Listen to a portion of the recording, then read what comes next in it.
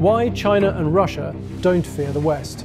In this chaotic and dangerous world, liberal democracies are struggling to intimidate autocratic rivals. Russian drones have been shot down in NATO airspace. It is dangerous and unacceptable. While China has been bullying America's allies in the Pacific. These actions are meant to test the West and ideally divide America from its allies. Russia and China seem willing to take ever larger risks, so now Western democracies are sprinting to dust off and update Cold War doctrines of deterrence. The original Cold War between the West and the Communist bloc was terrifying, but at least both sides knew the rules of the game.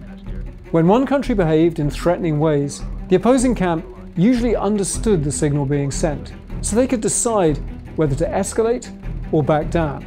It was dangerous, and there were some very close calls. I have directed the armed forces to prepare for any eventuality.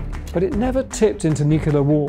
Today, nobody agrees on the rules of the game, and that makes managing risk far more complex. The West isn't as unified as it used to be. President Trump questions, why is it America's job to police the world and keep allies safe? In his view, friends are a burden, and they should pay America if they want help. We've been supporting NATO so long, in many cases, I believe, paying almost 100% the cost. Meanwhile, Vladimir Putin is a master at throwing Western countries off balance.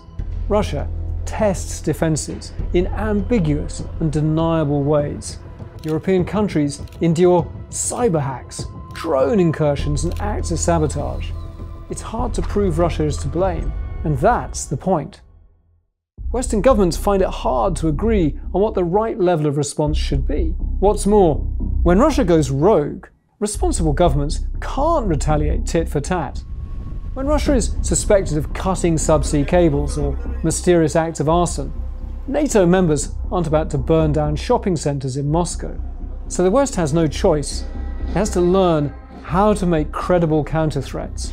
Otherwise, Russia and other adversaries will keep using attacks to frighten the public and to undermine resolve. In Allied capitals, senior officials are reminding their junior colleagues of a valuable Cold War lesson. Don't be alarmed if your leaders start threatening enemies much more forcefully. It might actually be the best and safest way to get an adversary to back down. Simply put, escalation is not always a sign that something is going wrong.